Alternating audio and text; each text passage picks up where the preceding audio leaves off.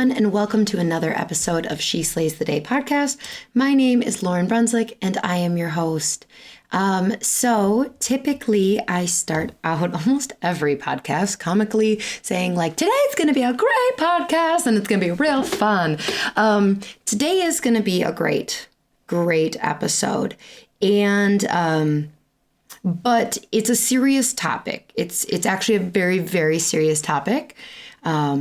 And it needs a little bit of a preface. There's some trigger warning things that I want to give you a heads up on.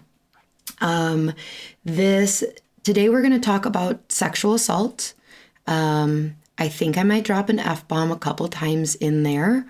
And so there's a background on this. So we have a guest,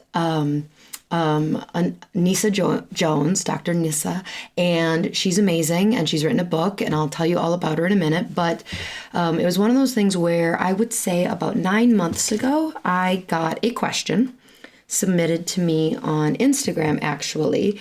And when I read it, I was like, oh shit, how do I answer this question? And so I did some searching, trying to find like an expert on this. And, I was just kind of hitting a wall, like nobody was seeming right. And then I came across Dr. Nissa and her book that she wrote. And I was just like, oh, this is who we need to have on. And so I will start with the question. It's actually kind of like a listener highlight and question. And then I will talk to you about Nissa, and then we'll get started. But I do want to give you a heads up that today's it's a pretty heavy interview. Her explaining her story and the absolute hell that she has had to go through, not once, but twice, but multiple times. And she is inspiring in her story, but there are some points that, just if you're going for a run, if it's Sunday, fun day, run day, and you are just not in the mental headspace to hear about rape and sexual assault, you have been forewarned. Okay, so obviously I'm going to keep the privacy of this person. Yes, I'm just going to keep their privacy.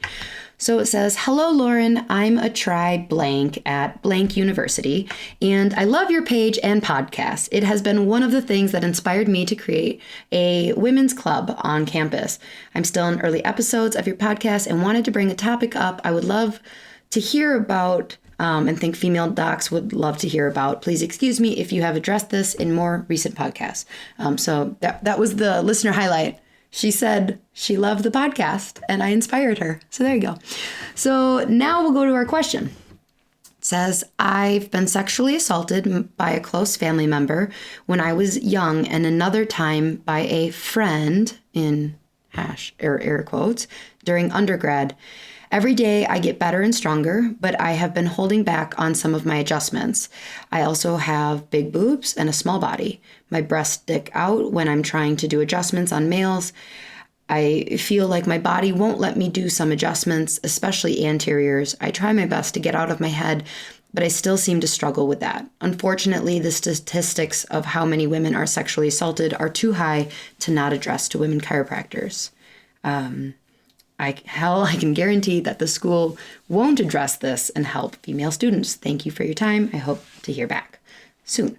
So obviously, like I said, when I get that DM, is heartbroken. Like that is not a part of my history. She's right that sexual assault, the rates in women are astronomical and not okay. And it is not something that we talk about. Right? Like, you'll hear Dr. Nissa say that, like, she says like she didn't even tell her mom. And so I'm not going to not have this topic. Like, somebody writes me a question, I'm going to have it on the podcast. And so let's talk about Dr. Nissa, and then we'll pray, and then we will get into today's topic. So, as one of the nation's most acclaimed business consultant and coach, Dr. Nissa Jones, aka Dr. Nissa, is a nationally recognized chiropractor who is also a best-selling author and speaker. Dr. Nissa is the founder and clinical director of Total Health Chiropractic and Wellness Center, as well as 2 other businesses. She shares her business expertise via her popular YouTube series, The Boss Up Hub, to help hashtag head bosses in charge turn their dreams into dividends. With her credentials, gregarious personality, and bedside manner, it is easy to see why she is America's chiropractor. She was great. I was obviously nervous to interview because I don't know, you guys probably don't know this much about me, but I stick my foot in my mouth terribly all the time. Because I have questions and I go about things wanting to get questions answered, but my mouth moves faster than my head. And so but she, oh my gosh, gregarious personality. She's amazing. She is entertaining. With such a heavy topic, she just keeps this podcast episode still so inspiring. So before we go in and pray, I do want to mention just one quick thing. Part of the question had to do with being a large-chested woman and adjustments. And Dr. Nissa and I don't talk about that in this episode. More we talk about healing from sexual assault. What I will say is that you don't have to do anteriors. I am very cautious of, I have a large chest as well. And I'm very cautious about always making sure that when I bend over that you don't have a straight line down my shirt. I've had to go home on lunch breaks before because I'm whoops-a-doodle. That's not a good adjusting shirt. Thought it was.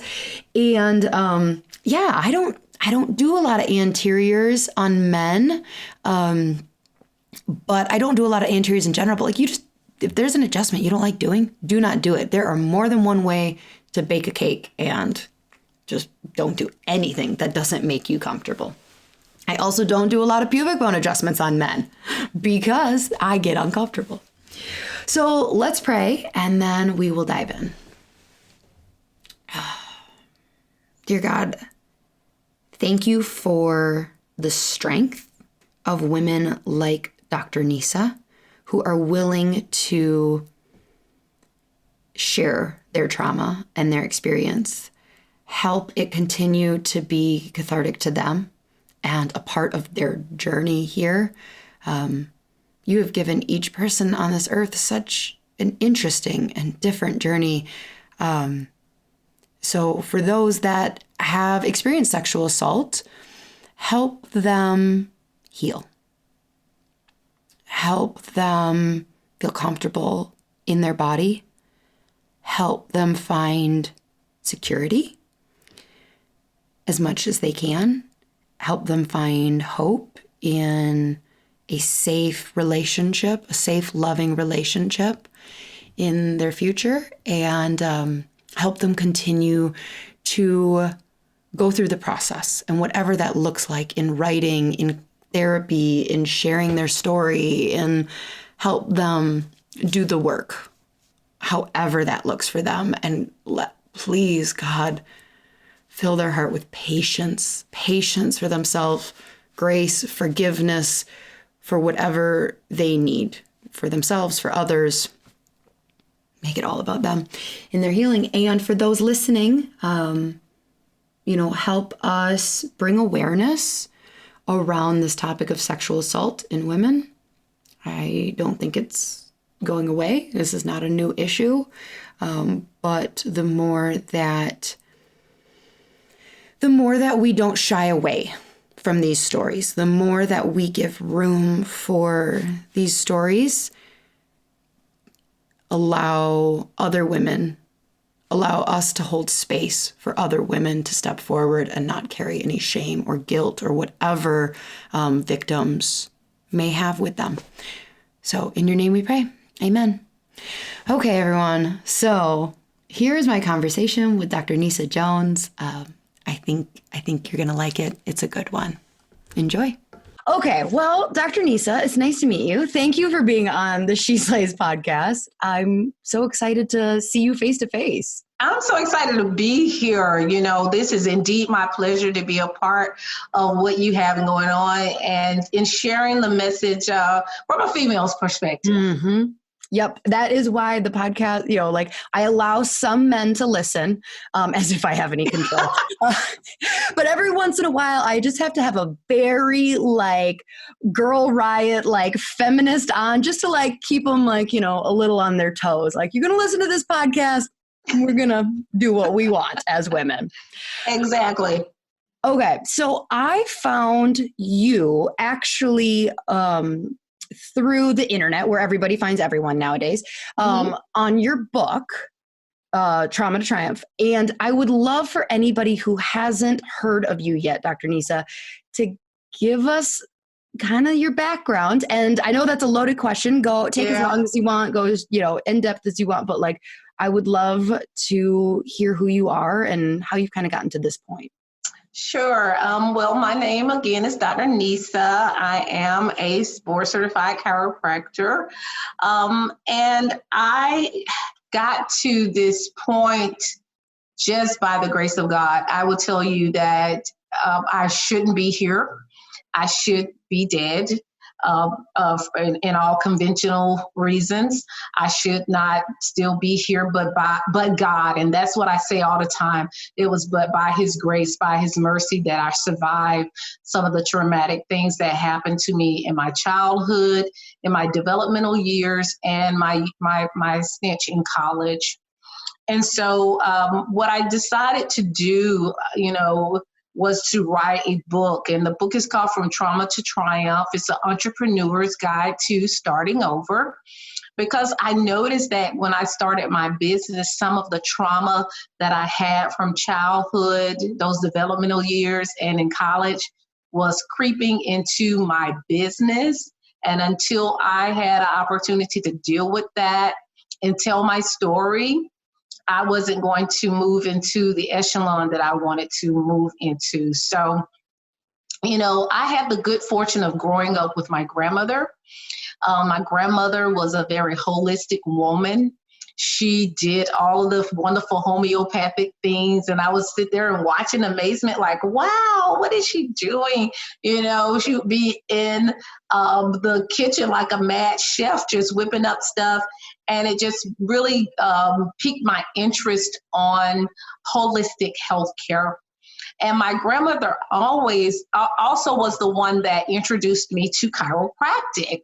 If she hadn't have introduced me to chiropractic by taking us to the chiropractic to get adjustments, I probably wouldn't know what a chiropractor is and what a chiropractor is. That would have been back in the 80s. Okay. And so I just wouldn't have known what it was. In my culture, and I am an African American woman, that is not something that's really at that time, because I'm a product of the 70s, was not something that you would glean on as a first portal to healthcare. So I just had the blessing and the fortune of a grandmother that knew what it was, how it was important to her lifestyle, and she shared that with her family, thus creating a generational lifestyle. Well, because a generation after generation, we all go to the chiropractor. We all understand what the chiropractor is and its importance to the healthcare team. So she did that for me. She would say things all the time, how our body heals, is able to heal itself. It just may need a little help. And my grandmother was a very spiritual woman, so she always was quoting scripture as well, and how it all related to us in our lifestyle and our health and everything like that. So it was just a sheer amazement when I decided that I was going to go to chiropractic school. And I got there and they was kind of echoing all this stuff my grandmother told me. And I was like, chiropractic definitely chooses its sons and daughters. It is not the other way around. A lot of people think they choose chiropractic. Chiropractic chooses you. Because did you originally want to go to med school? I got into med school. I applied to med school. I was going to be OBGYN. You were going to. That's funny. That's my story too. I didn't even apply, but like before chiropractic found me, and I have a very similar story. Chiropractic, I remember the day, the moment that it was like I was 12 years old and I was like, oh, I'm going to be a chiropractor. It found me. But up until then, I was going to be a OB-GYN. I wanted to deliver babies. Mm-hmm.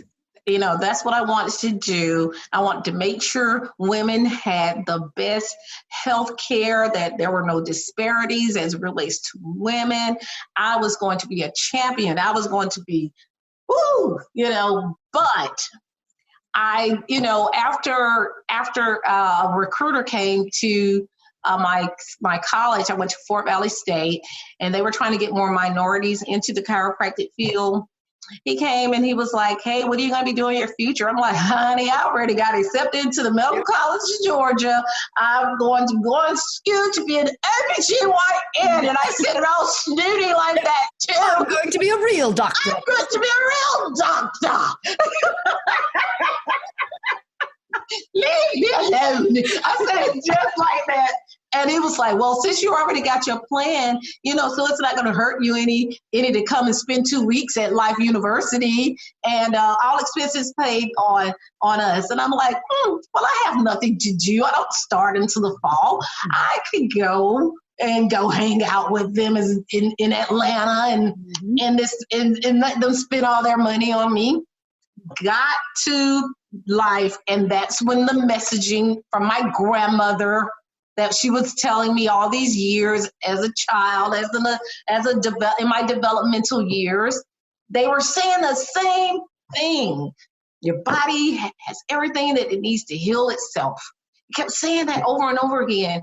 And I could hear my grandmother echoing those same things to me as a child. And I'm like, I felt like I had found my tribe.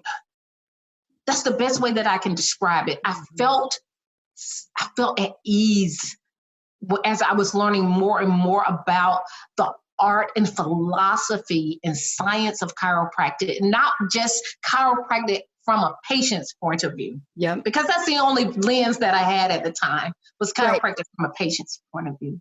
And so those 2 weeks changed my life in that program.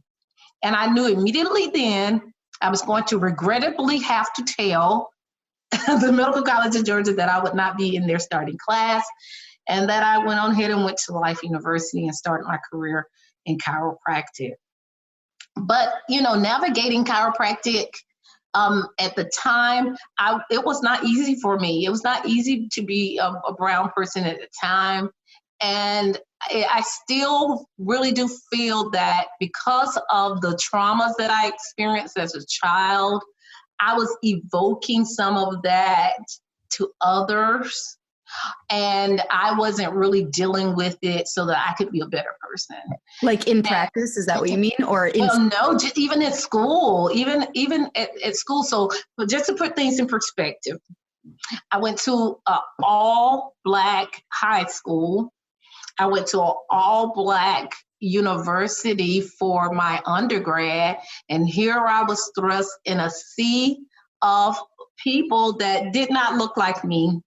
And was it a majority men also still? Was it like men? Yes, it was. So a lot of the females, a lot of the white females felt the way that I felt in that environment, because it was very well male dominated. So I had a double whammy. I had to deal with the gender, and then I had to deal with the ethnicity. And so when I got there, I was so full of hope. And then you have to navigate now. And now you got to figure out how to get in the good old boy club so you can get some information, because it's definitely cohort style in school. And so I figured out really early how I was going to have to get myself in gear so I could really do well in the program. So yeah, I graduated with honors at the school. I did all of that, one of three Black students in the class to graduate that year, and left out of there gung-ho on what I wanted to do.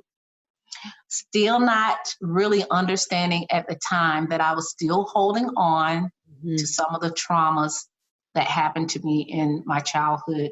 So because I'm not embarrassed about it anymore, I will share it with your audience. When I was a young person, in the 6th grade, my stepfather molested me for many years, and he would sneak in my room at night and make me do adult acts with him. And that's the best way that I can say it. It started out with hand acts, and then it turned into oral acts, and then it eventually turned into full-blown sexual intercourse. And at the time, that's an 11-year-old girl, and you're in your developmental years, and you don't know what any of this is. You don't know what you're supposed to be doing with it. It made me be very cautious as it related to men and being in a space with men, hence why it was hard to navigate in that male space at school. Is male dominated, and we're touching and feeling. Yeah. And so I was in such a space where I felt like it was my responsibility to do what I was doing, because it was saving my mother, because my stepfather was physically abusive to her. And as long as I played along with the fairy tale that he had in his mentally challenged head, he never beat my mother. Oh my gosh. So I felt a responsibility to her. So if I challenged, she got beat. If I did not challenge, she didn't get beat. So that was a burden to have to carry. And still to this day, I am 49 years old. I still feel responsible for my mother. And she is a wonderful woman, and she is doing her thing as well. But I still feel like I'm responsible for her, and she is 71 years old. And so I would imagine that, just during those years, that's going to develop more than just how you want to protect your mother. I would assume, and this is kind of what you alluded to a couple minutes ago, that a lot of this, would you call it boundary, like relationship boundary issues? I can see where this would absolutely start to show up in practice. Oh, yeah. In a healthy way. Oh, yeah. Very unhealthy. And so we got through that, I guess you could say, because I never got through that. I never was afforded the counseling that I should have gotten as a young person to really understand what was happening to me, that it was wrong, that what he was doing to me was not right, and that it was not my responsibility to take care of my mother, but it was my mother's responsibility to take care of me. But I used the time that most people would have kind of got into this inner shell with themselves, and I used mine the opposite. I was more expressive, and I poured myself into learning and being a very, very intelligent person. So I graduated really high in honors in school. I went to college with, all these hopes and dreams of what I wanted to do. And because, I'm going to be OBGYN, so I got to get good grades. So get to medical school. That was my charge. That was my goal. And then I got to campus, and I started at another college, not the one I eventually graduated because I had to leave. My first month of school there, I ended up going somewhere with a couple of girlfriends who I thought were my girlfriends. And I ended up at a party, and we got separated. I don't know how we got separated at the party, but we did. So I went outside to try to see if the car was still out there and started to wander and got accosted. So, I mean, somebody got me, they pulled me in the car. They were mean to me. All right. So they took me to what I later found out was an abandoned building, and I got raped and beat and left for dead. And that's why I started this whole thing saying that I shouldn't be here. All the conventional reasoning says I shouldn't be here because most people wouldn't have persevered. Most people would be blaming others. Yep. Most people would be gotten angry. Oh, yes. Angry, bitter. It's so many different adjectives that we could come up with, but I chose to channel it in another way. I said, I did not want to be defeated.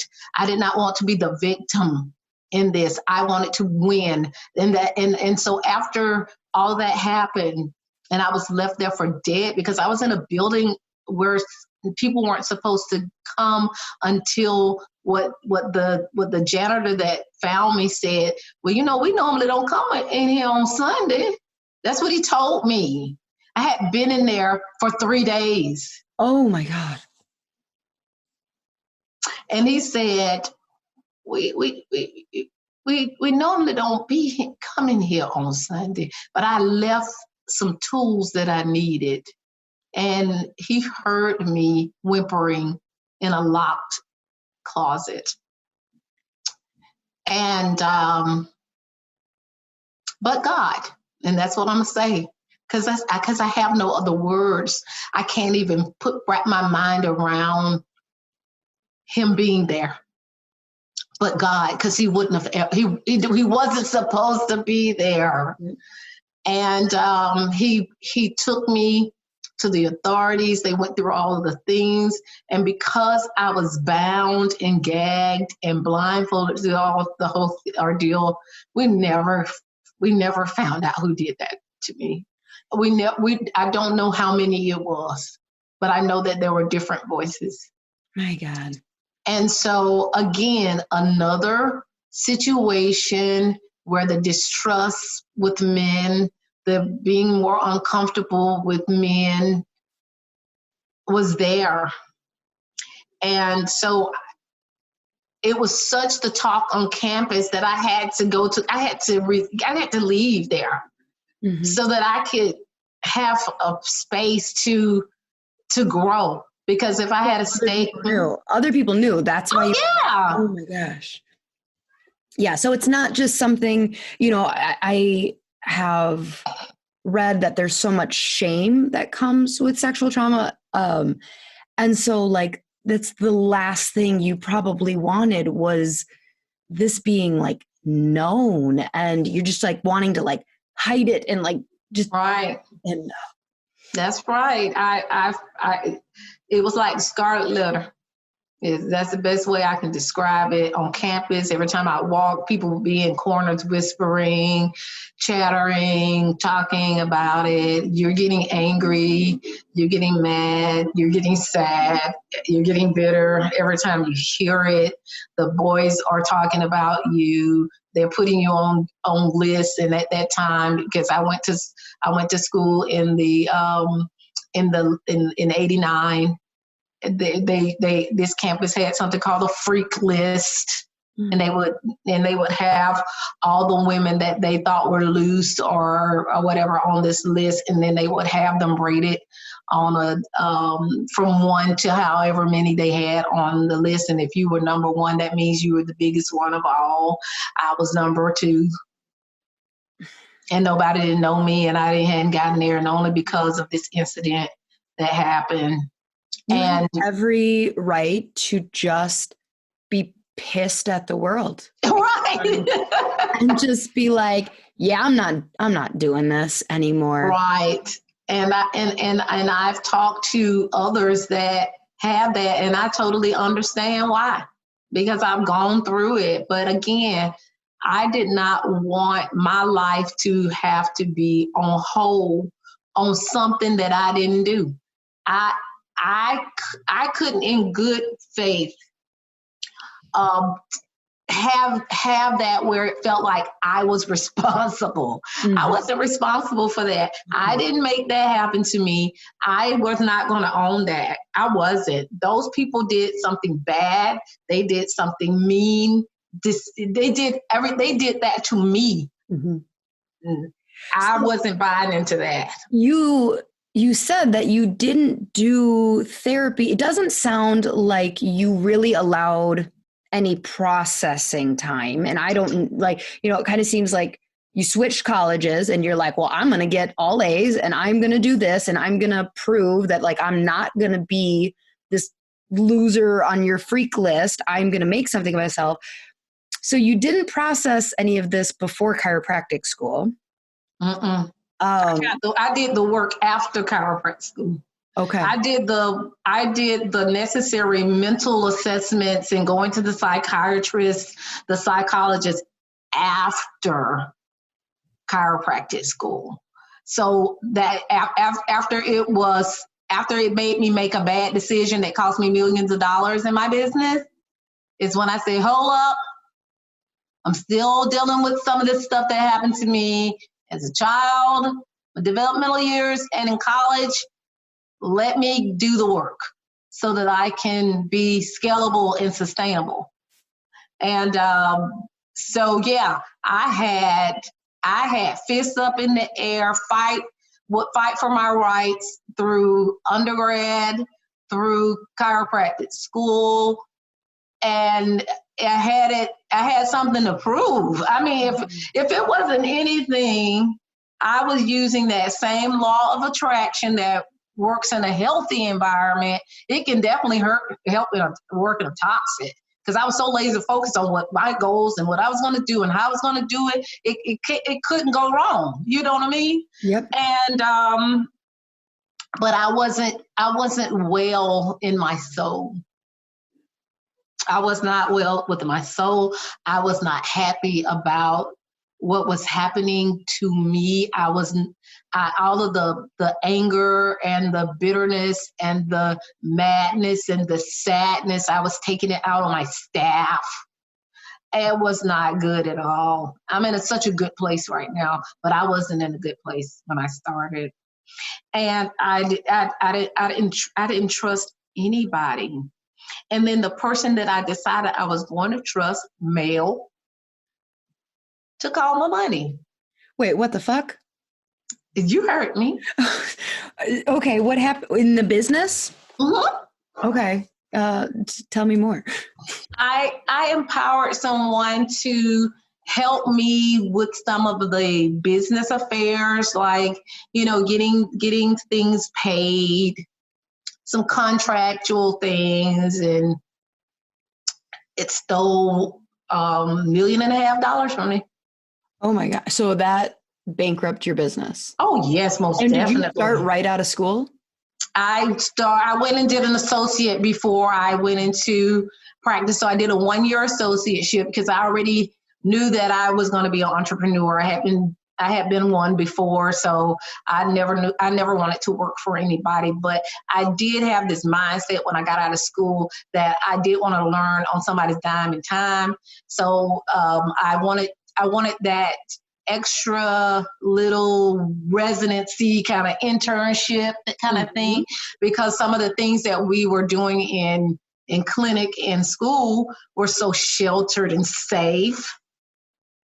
So you weren't seeing any cauda equanas, you weren't seeing any herniated discs, you weren't seeing the real people that's gonna come up in your office, right?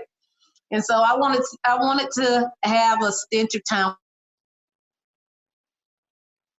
where I saw some real people with some real issues and not just seeing safe stuff, keeping it in the safety zone, like I like to say. And so I did that. And 1 year I was opening up my own practice. And by year 5, I was a millionaire. Still focused. Yeah. So you were still, okay. So can I call it like, is the anger, is that what got you? It was such a fuel. It was fuel. So it got you through chiropractic school. And then because you still hadn't processed a lot of this trauma, it's just like, I'm going, yeah. Okay. It was the fuel. it was definitely the fuel. It was the driving force to do what I needed to do. I was so angry to prove a point. You're not going to call me this. You're not going to do me like that. Why did you do these things to me? I'm going to show you. You shouldn't have picked on me, kind of thing. Mm-hmm. Where was because you said your grandmother was very Christian. You're very Christian. Did you feel like you kind of turned from God during a lot of this, or was he? I did. As I say, my grandmother was a praying grandmother. She prayed me up out of those situations. That's the best way I can describe it. But I do know that the pathway for me may have not been the best, but I did learn a lot from it. And I knew that those tests that I was going through was going to make me be a beacon or a voice for those that don't use their voice. I knew that during that whole process, I got that revelation as an older person, angry. Okay. I got that on my own. I did not get that from my psychiatrist or my psychologist. I did not. I knew that I got that from my faith. Okay. I did. I was like, okay, there's no way that, I would be allowed to go through these things if it was not for a purpose. That's a tough pill to swallow. That's why your fuel is angry. It's anger. That's easier. Yeah. That's why you're mad. Mm-hmm. So we're like, well, darn it. If I got to wear this badge and I got to do this and I got to be that, well, let's do it, but I'm mad while I'm doing it now. I'm not happy. Yep. So what caused you to was there a moment where you're like, oh shit, I need to process some of this? Like when I lost that $1.5 million. Okay. Because I thought that I thought the success that I was building was enough. I thought I was doing the work. You thought but I made a bad decision. And so that means that I wasn't processing some stuff because the person that did this to me was giving me all the signs and signals that not to deal with them. Oh, so there were warning signs. Oh, yeah. Mm-hmm. I tell people if somebody's going to steal with you, they got to do a test first. They got to pinch a little here first to see if it works. Then they start getting the big stuff. So there were warning signs that I could have definitely checked on, and I didn't because I was too focused on the point I was trying to prove. And that was being successful in this business, getting my name out there, and getting those people in the door. I was not handling my business. That's the reason why I say, if you don't treat your business like a business, you're going to be out of business. Yeah. And that's exactly what happened. And this was a boyfriend? Or? It was a boyfriend. Yep. And it's you obviously loved him, and he knew what happened to me too. Uh-huh. And I do feel like he used that as fuel to push the right buttons to allow me to give him access. Yeah. And the same part of you that loved your mother and wanted to protect her, also, it probably made it very easy to look past a lot of the red flags because you want to protect people that you care about and you care about him and didn't want to see that. And his messaging was that, well, if you care about me, you would give me this. Or if you care about me, you will let me be more active in what you got going on. And that was the messaging. Mm-hmm. And you hadn't processed this yet. And so you didn't even realize that those are trigger words for you. They are. You're right. You're right. I do care about you. But I tell you right now, My husband I have an NDA with my husband as well as a prenup. You do? That's fantastic. I can't even imagine with the amount of trauma you've experienced. I would not, I don't know how I would be able to open up to people. I don't know how I would. It took 49 years. We're fresh. We're fresh. It's a fresh. We had dated for 5 years. It took that long for me to really say, you know what, this is a really good person. I am not going to put my life on hold, still thinking that this is the person that took the money from me. This person doesn't want anything from me. They got their own money. They got their own stability. They don't even want to know what I got going on, but it had no problem when I told them to sign those documents. Was readily available and happy to sign them because they want to be with me. Yeah. They weren't trying to be with me for my money.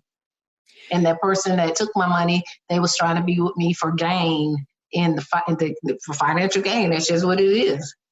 And it's unfortunate. And had I had done the work or had my parent or guardian, after finding out what happened to me, placed me in a situation for work, I probably would have been better off and it wouldn't have had to happen later on in life. What I did not tell you is that I didn't tell my mother about the molestation until I was 20. From your stepdad? Yes. Oh my gosh. Were they still together? No, they had already divorced. Wow. And so you had to have been keeping that secret continually to protect her. I had to. Oh my gosh. You poor thing. I had to. You were a child. I had to compartmentalize that. Okay, put that in this folder. Put that file in this folder and put it over there and stay focused on the end game, success, get yourself out of this situation. Go. It seems like a really inappropriate time to ask, but do you by chance know your Enneagram? I don't. You know, somebody told me I needed to do that. Somebody told me. I would pay a lot of money to know your Enneagram type right now because I'm just like, okay, so it's got to be 3, 7, or 8. Right. Somebody told me that. They were like, "What's your number? What's your number?" I'm feeling a 3 or an 8. Like anybody listening, like I would love for you to weigh in, but like we're not going to process the. That's so funny. And let me tell you another thing is I have been told that I have so many male-like qualities. Does that piss you off? Not really. I've been told that too. I actually, for a long time, used to joke that I was a recovering alpha male. And then I'm like, no, I'm not recovering from, I'm recovering from like a lot of, but like, I am me. And just because I am a strong, opinionated woman does not mean I am more male. Yeah, I get it all the time. You have a lot of male-like qualities. I said, what does that mean? Mm-hmm. So what you're saying that women can't be strong, women can't be ambitious, women can't be determined, women can't hold their own, that we have to have a man to do those things? Is that what you're saying? No, well, yeah, no. You know, you get that. Well, yeah, no. Like, which one of them are yes? Which one of them are no? I'm very resolve driven. So I don't have the emotional attachment. Mm-hmm. And that's because of all the things that have happened to me. Yep. I said, if you knew my story, you'll understand why I don't have all those emotional attachments, because I saw what happened to me with those emotional. Yep. But through the work is why I'm able to have a very rich relationship right now, because had I not done that work, I probably would have never married, because that's a whole boundary you got to get through of somebody touching you. And because he definitely understands, what I've gone through. He doesn't pressure me or whatever like that. He's gone and done some work with me. I mean, he's a really nice guy, so that's all I can really say. But he's amazing. More about the boundary work that you did have to do when you did start working. Like, I'm assuming the therapist kind of brought up like boundary issues, and Yeah, we definitely, in sessions, we had to figure out, I had to be reprogrammed on what was good boundaries to have versus what are bad boundaries to be had. Because as a young person, I thought the bad boundaries were good boundaries. I did not think that what my stepdaddy was doing to me was wrong, because it was normal. It got normalized at a certain point. I know that sounds really weird, but I had never had sex before, so I didn't know what the heck that was. I didn't know that what he was asking me to do was wrong. All I know that when I did it, my mother I didn't have to hear them fighting, and I did not have to hear her crying. I did not have to hear her being tossed around the room. I knew that. Mm-hmm. And so that's why I said I felt like I was like a protecting type of thing, not knowing that what he was doing to me was wrong. It was just wrong. All right. So in the work, we had to kind of go back to those times so I could know that that sex is not a bad thing. That it's a very human thing that you should enjoy and share and all that. I had to go through all of that because I didn't want anybody to touch me in those regards. Yeah, because I can imagine. Remember the rape in college. A pregnancy came out of that. Remember? Mm-hmm. Remember? Yeah. So. So not only did I have to have the walk of shame, I was pregnant on top of that, and I was not going to tell my parents what happened. I wasn't going to tell them that. They didn't find out until the book. Wait, say what? You heard me. When did you write the book? 2019. What? Did you tell your mom? Like, hey, I wrote this book. You're going to find out in it? Or were you just like, here's your copy, Mom. We might want to grab coffee on Friday.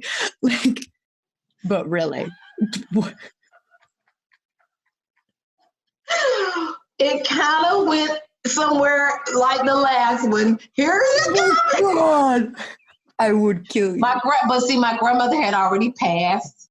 So she died in 2015. And so I said, well, I don't have to deal with her with this. So yeah, here, everybody, grab a copy and read it. Tell me how you feel. Now my son, however, I had already talked to him. Yep. He needed to know what happened. What age was he when you... When I sat Christian down to talk to him, Christian was 18. Okay. I didn't think that was something to make a child have to have a burden. No. But as a male child starts to develop, they want to know where their daddy is. Mm-hmm. And they want to know why the daddy ain't there. And that's when it started to get to a point where he would start to have self-doubt on himself and start to get angry. I had to go ahead and go and tell him what happened and why there was no daddy. Mm-hmm. And so he kind of got okay. And we had to do some work with him too. Yep. You have been through so much. Do you get annoyed when people complain? Yeah. That's the reason why I get you're such a man. Yeah. Don't come a whining over here, honey. I, I can't help you. I'm really not the shoulder to cry on. Yeah. You talked about how your book was cathartic in writing, but that you kind of scratched the surface. Yes. And that people have kind of said, like, I want more. They want more. They want details. They want the gory details. And I kind of like said in the book, I kind of said it like, you know, I kind of tried to build up the trauma. I tried to say this thing traumatic happened to me as a child. This traumatic thing happened to me as a young, what someone would call a young adult, because I was 18 when that thing happened with me, and I was a pregnant girl. And then I was a full grown up when the third thing happened with the guy that took the $1.5 million from me. So I tried to do this like trifecta kind of thing where you saw these three separate incidents that happened to me in my life, but God, and I still kept moving. All right. Mm-hmm. Because the whole point of the book was trying to let you know that if you don't deal with the traumatic things that happen to you in your life, and I believe we all have some at a certain degree, mine just was very enormous, it's going to affect your business. And so I needed people to get through that so that they can kind of understand the business tools that I was trying to give you as well, and how I'm able to sustain but God. Yep. All right. So yeah, you can, and let you know that you can move from this traumatic space to a space of triumph. It doesn't have to stay like that. And I meet so many people that want to stay. They want to stay there. They want to stay in the trauma. They want to keep rehashing the trauma. They want to keep reliving the trauma. And that's not a space that I wanted to reside in. I had better accommodations for myself. Did not want to live there. Why do you think, and you know, when we're talking about trauma, I think that many people listening may go like, oh, why would a victim want to live in that trauma? But you see it on a micro level, trauma all the time, where it's like, you know, your numbers are down, and it's like people want to like just stay. So like, you know, there's enormous trauma, and then there's like this everyday trauma, and people, why do people want to stay there? And just, you know what, I don't know if I really have an answer to that. I know for me, I did not want to be the victim, and I did not want to have the sympathy. I did not want your pity, because I know I do know of some that will use that as a tool to kind of manipulate others, you know. And I didn't want to do that. And then I don't want to be too harsh with it either, and make it seem like you shouldn't have those moments where you think back and you're like, I can't believe that happened. Because I do that. I'll go back to that being that 11-year-old girl, and I'll go back there, and I'm like, oh, I could have done this, or I could have done that.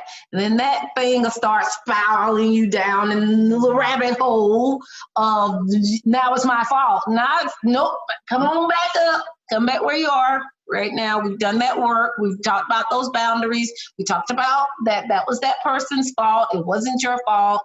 And so I think because I did the work, I'm able to get out of there quick, you know? Yep. So it still happens, but you've got the framework, the ladder to get out of that ditch. Oh yeah, I get out really, really quick. I may shed, like even through this podcast, I got a little quivering. I got a little tears that wanted to try to hash up, just remembering as you're telling the story. But because I've done the work, I'm able to kind of like, okay, don't live there. Don't stay there. And that's why I have this a saying that I came up with. I'm not going to live there because I have better accommodations for myself. I do. I love that. So when you started a new practice, well, it's not new. I did, because I couldn't I didn't want to wallow in that either.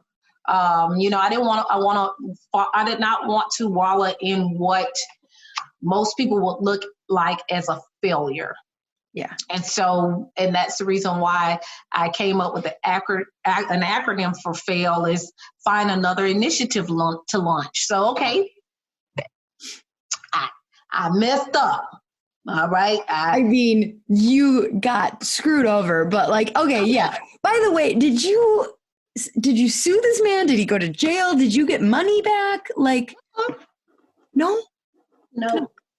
Oh, okay. No, and I can tell, and I can talk about, and this is the reason why people's like, go back, revise it, tell me more, because I talked about the fourth thing that happened to me while I was trying to rebuild my practice, when I went and worked with another doctor, and he took $250,000 from me because I was there renting space from him, and he was, and part of the independent contract, the deal was, I was able to use his staff.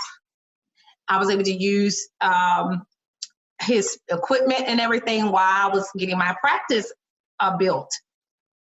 He was sending in all the PI claims, all the insurance claims in his name instead of mine. So he took a lot of money from me. All the attorneys that I was working with, all the attorneys that I was working with, they were sending the checks directly to him. And I was like, where's my money? Where's my money? And then the moment I went to ask him for money is when he wanted to say, okay, let's do this contract and whatever like that. Again, still haven't done the work, because had I done the work, I would have been like, I'm not coming in here with this person until they give me a contract of what he said. But I believed them. Mm-hmm. And that's the reason why you get hard-nosed Dr. Nissa today. We don't do anything without it being in writing. Nothing. I mean, nothing. It could be something small. I'm going to gift you some furniture. Okay, let's put that in writing. I have gotten that. It's just that methodical when it comes to that kind of stuff. I don't even play. Don't tell me what you're going to do, how you're going to do it. Let me see your contract. Let me see your papers. Let me see this. And that doesn't sound like unhealthy boundaries. So like that kind of leads me to, gosh, I have so many questions. Oh my gosh. I mean, the nerve of this guy to do that. Was he a white man? He was. He was, and I have a nice recording of him talking and how he thinks he did me a favor by letting, that's the terms he used, letting me come in his practice to serve. So you weren't letting me do anything. I said, this is the good old United States of these here, America, and I paid you to be here. It's called capitalism, darling, at its finest. You stole from me and you committed fraud. I said, just like that. I didn't commit fraud. I didn't do that. Okay. And then he would say stuff, you think you smarter than everybody. I said, no, I'm highly intelligent. Smart is not what I am. I'm intelligent. I am not loose at the lips. When I speak with confidence. I speak with authority, and I speak like someone that's intelligent, and you're not used to that, sir. And I walked up out of the office. Yep. But you are a Black woman, and how dare you? Yeah. Oh. How dare I call him on my money? Mm-hmm. How dare? So that's the kind of stuff that people say, because I talk about it in the book, but I just skim over it. Oh, this happened and da da da da da, and then I tell you all of the things that happened bad to me, and then I also tell you all of the things that happened bad to the people that did bad things. Because he lost his practice. And then I don't know why his clinic burned down 3 months later. I don't know why. We don't know why. We don't know why your animals on your farm are dead. We don't know why. All right, she's an 8. She's an why. Enneagram 8. So let's talk about the new practice. Mm-hmm. So you've done the work. What are some of the most important aspects, your takeaways from the work that you did, that you finally got around to doing, that you applied to your practice? I like that. That I have to see about me first. Okay. I am the foundation to everything that I do in life. I have to love me. I have to take care of me. I have to make that time and space where it's just me being in love with myself. And it doesn't matter about anybody else. I had to make sure that I peeled all those layers of myself and really got to that little Nissa that was shamed, that was taken advantage of, that was molested, that was raped, and give her a big old hug and tell her, sweetheart, none of that was your fault. You are good. You are the best. And it goes back to like my routine each morning.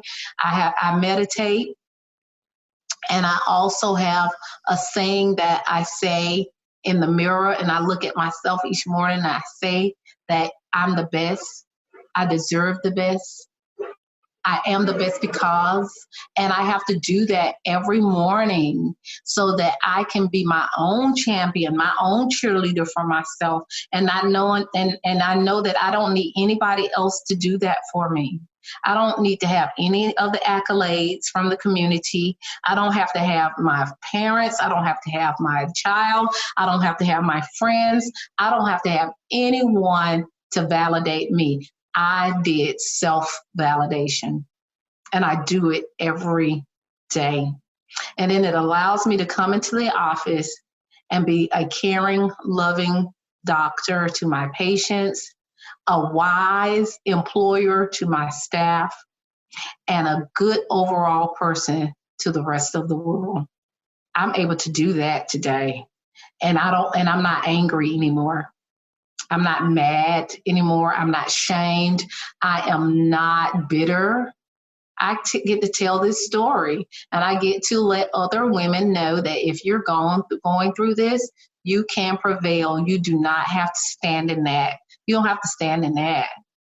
You can do something else, and just know that it was not your fault.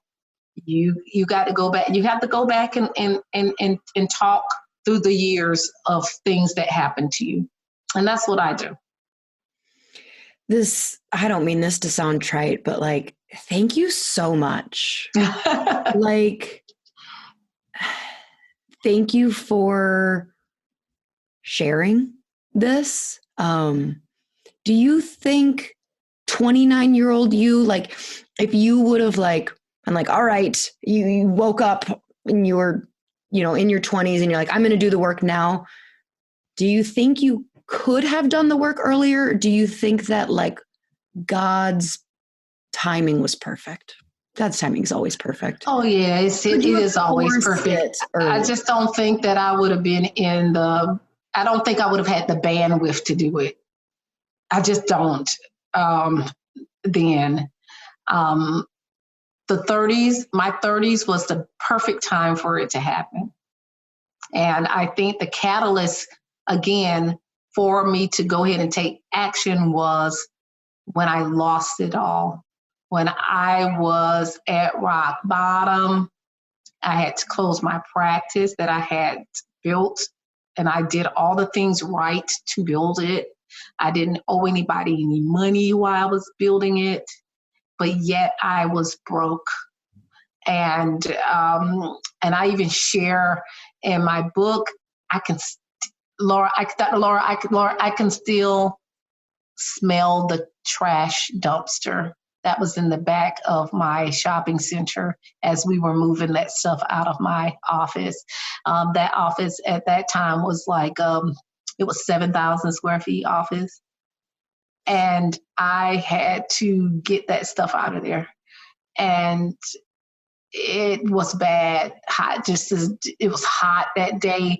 The trash was beaming from the dumpster because that's where we had to park the truck to keep moving stuff in and out of there. And just the emotions of crying every time I picked something up to take it to that truck.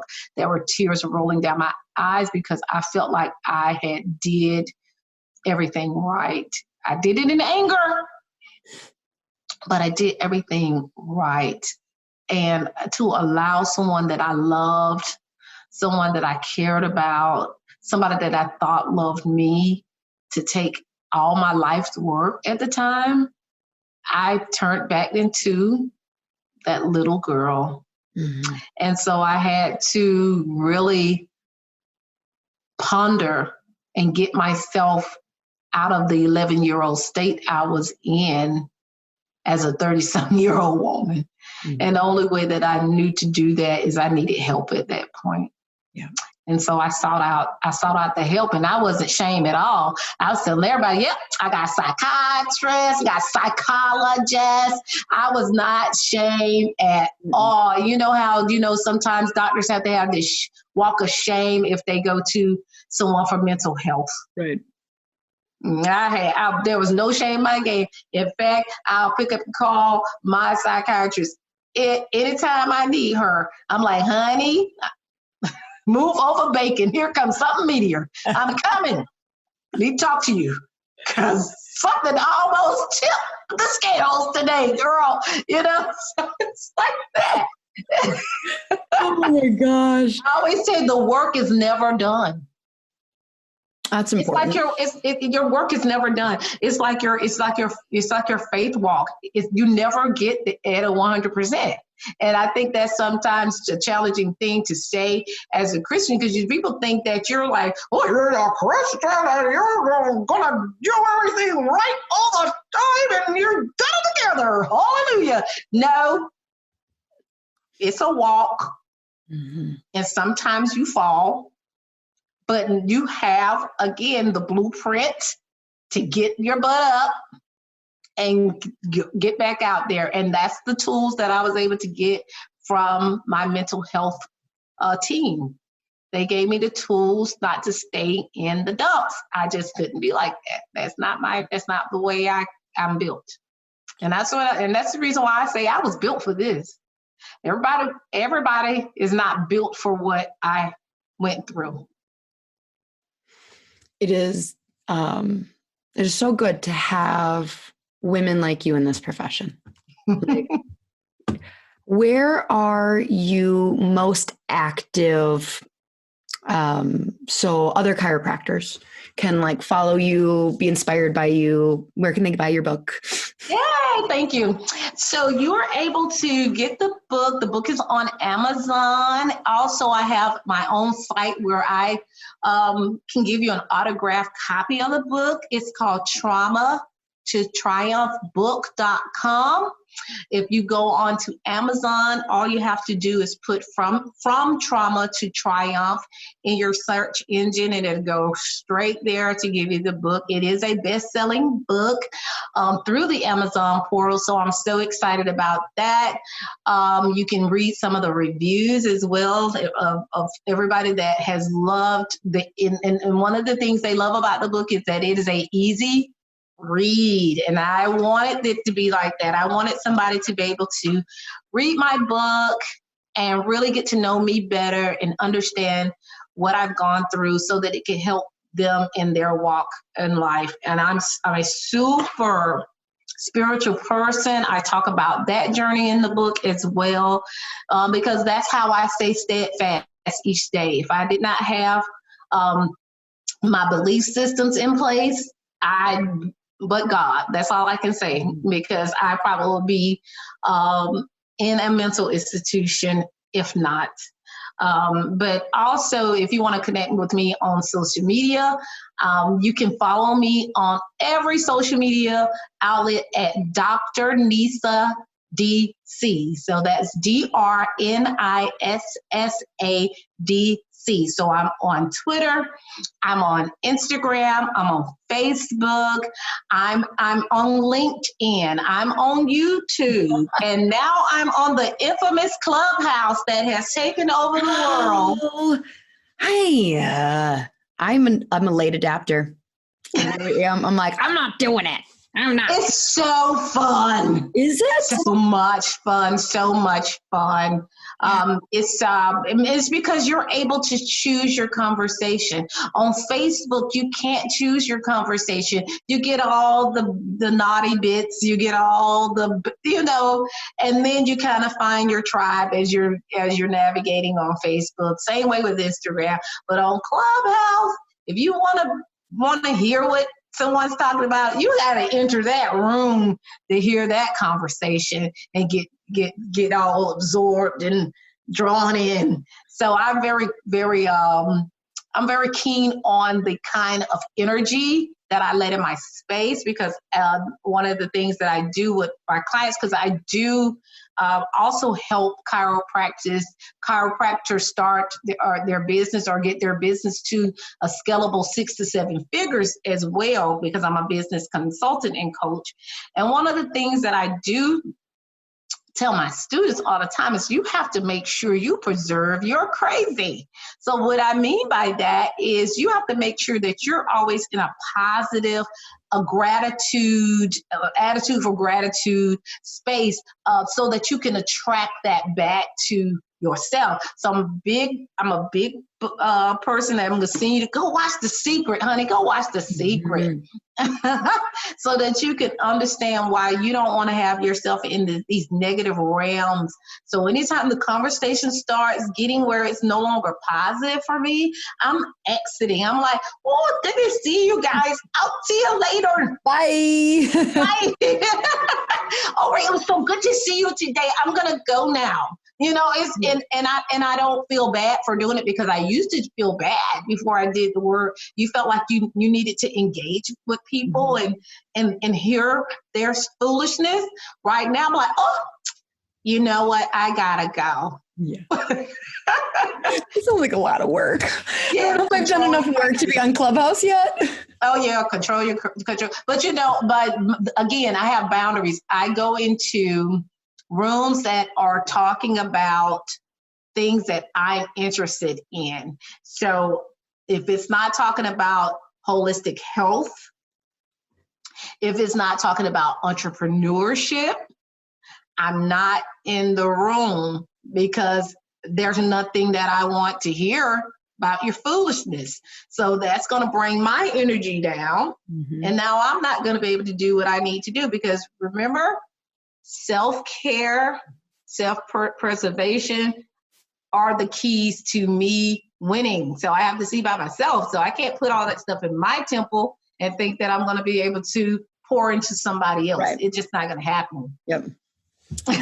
Well, this has been a delightful way to spend a Friday. You are a wonderful human. Thank you again so much for being on the show and sharing your story. Sheslays, definitely go by the book. Like she said, it's super easy to read. I mean, minus the heaviness of the subject, but it's good. It's really, really good. And I enjoy it a lot. And I enjoyed this conversation. Thank you, Dr. Lauryn. And if anybody wants to connect with me for us, like speaking, because I do a lot of speaking engagements, you can connect with me at drnissa.com. So I do have a website for that as well. The website will kind of navigate to all the things that we talked about today. And, it's okay. It's okay to live. It's okay to release. It's okay to be unapologetically who you are. And I would just leave you with that, because most people, when they hear my story, they think that how can you stand there like that? How can you be so confident and assured and happy? Because I did the work. And that's what it's really about. And I think we all need a little work. There's nobody's perfect. Yeah. But nobody's perfect. Yeah, you could say that. Mm-hmm. So that's it. I'm just delighted that you saw enough of me to even ask me to be a part of what you have here. I think this is a great platform for women to be empowered, for them to be educated and enlightened on the struggles, the triumphs, the challenges, and the overcomeness of everything that we have to do to be women. Mm-hmm. I tell people it's a badge of honor that I wear daily, and I'm happy to be a shero in this community. I don't know about, because we were sharing how, people ask me, I got these male-like qualities, but I tell them at the end of the day, I am a woman, and I just am an assertive, ambitious one. Yeah, you don't get to take my awesomeness and say it's because I'm a man, or like a man. No, I'm an awesome woman. Right. Like you can't do all of that. Yes, I can. I can do whatever I want. Yes, I can. Because I'm a girl. I'm a woman.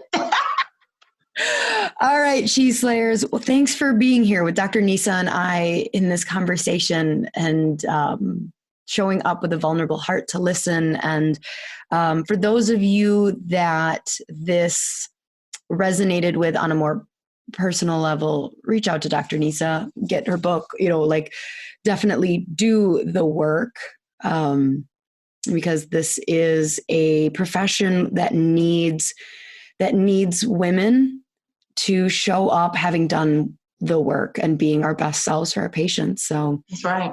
Yeah. Thank you so much, Dr. Nissa. You're welcome. It was my pleasure indeed. Good. And She Slayers, I will see you again next week. Bye.